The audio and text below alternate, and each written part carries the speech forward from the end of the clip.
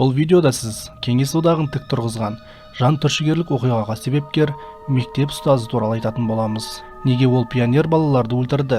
Оның жанрахат адам өлтіру болды ма? Осы бойынша толық айтуға тырысамыз. Видеоны соңына дейін қарауға кеңес беремін. Сливко әскерде болғаннан кейін солтүстік Кавказда орналасқан Невинномысск қаласына келеді. Техникумды аяқтап, сол қаладағы азот зауытында жұмыс істейді. Сонымен қатар ерікті түрде мектепте пионер жетекшісі болып жұмыс істейді. Ол ешқашан темекі шекпеген, ішпеген, балағат сөздер айтпаған.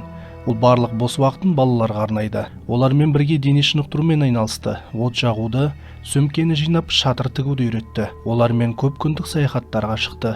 Көп ұзамай Сливко туралы туристік жиындарда айтылып, өзі директор болып тағайындалған Чергит клубы аудандық комитеттердің мәжілістерінде жоғары бағаланып, тәлімгер әріптестеріне үлгі болды. Тергеуде Сливко мен оның туристік клубының қызметіне қатысты барлық нәрсені мұқият зерттеген кезде Сливконың Пионерская правда және басқа да газеттерде ондаған рет жазылғаны, ол туралы бүкіл одақтық радиода 20-дан астам хабарлар берілгені белгілі болды. Тіпті дипломдар мен алғыстар сансыз көп болды. Алайда Сливконың екінші маньяктық беті туралы жарияланымдары балаларға тікелей байланысты құпия өмірі туралы белгілі болғаннан кейін кем болмады.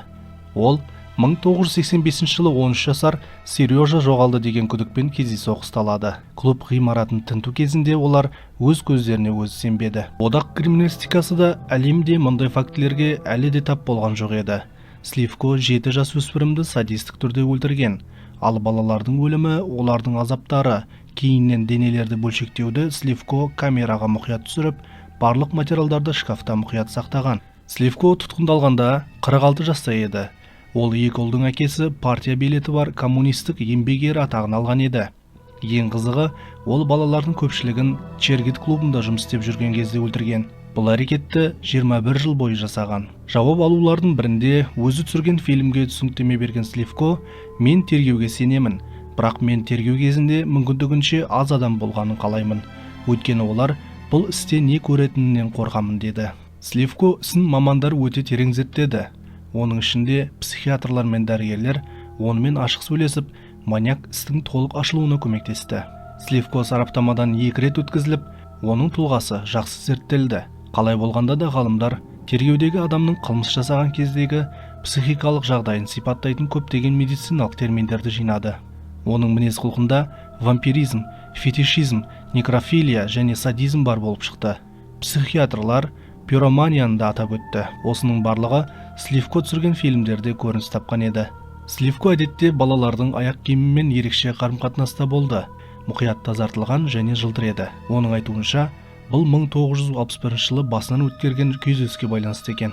Сол уақытта көз алдында оқушыны көлік қағып кеткеніне куә болған еді. Сливко пионер формасын киген жасөспірімнің қиналғанын көріп, ақ көйлек, галстук, қара мектеп костюмі мен жылтыр аяқ киімді есіне түсірді.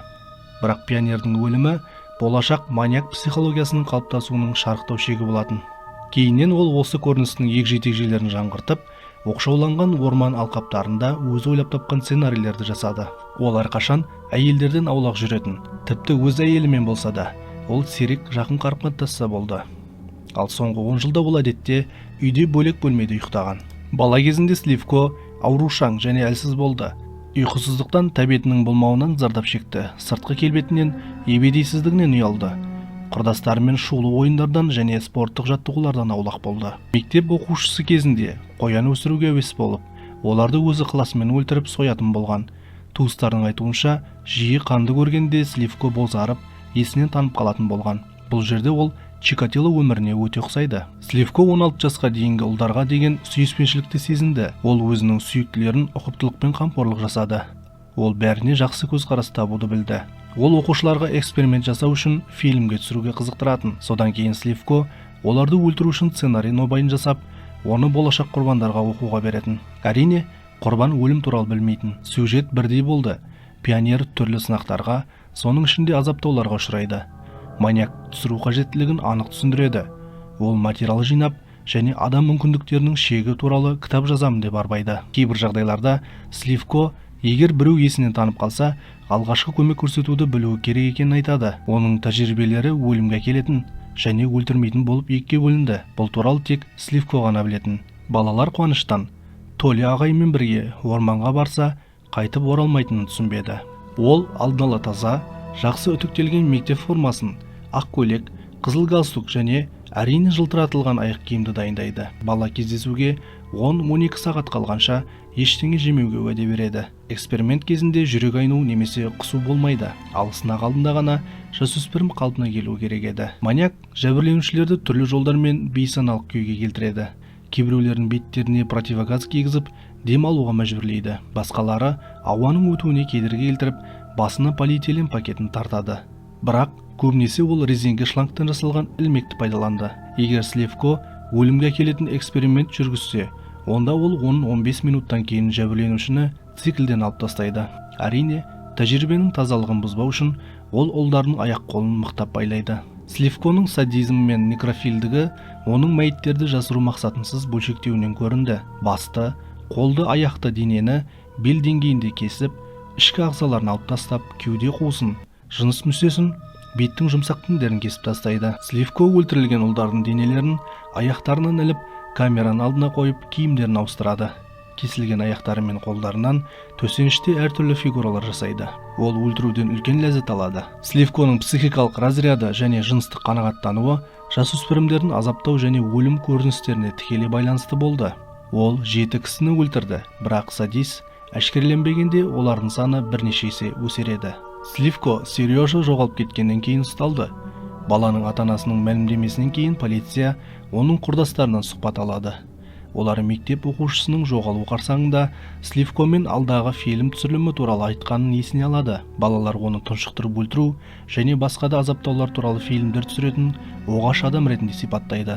Полицейлер фильм түсіріліміне 5 жыл бұрын жоғалып кеткен тағы бір баланың да қатысу керек екенін анықтайды. Сливко эксперименттер үшін әдетте балаларға ерекше қамқорлық жасамайтын, тіпті ұлының жоғалғаны туралы хабарламайтын дисфункционалды отбасылардың ұлдарын таңдады деп айтуға болады. Дегенмен маньякты ертерек ұстауға мүмкіндік бермейтін басты себеп сериялық өлтірушілерді анықтау тәжірибесінің болмауы еді. КСРО-ның құқық қорғау жүйесі мұндай қылмыскерлердің пайда болуына дайын емес еді.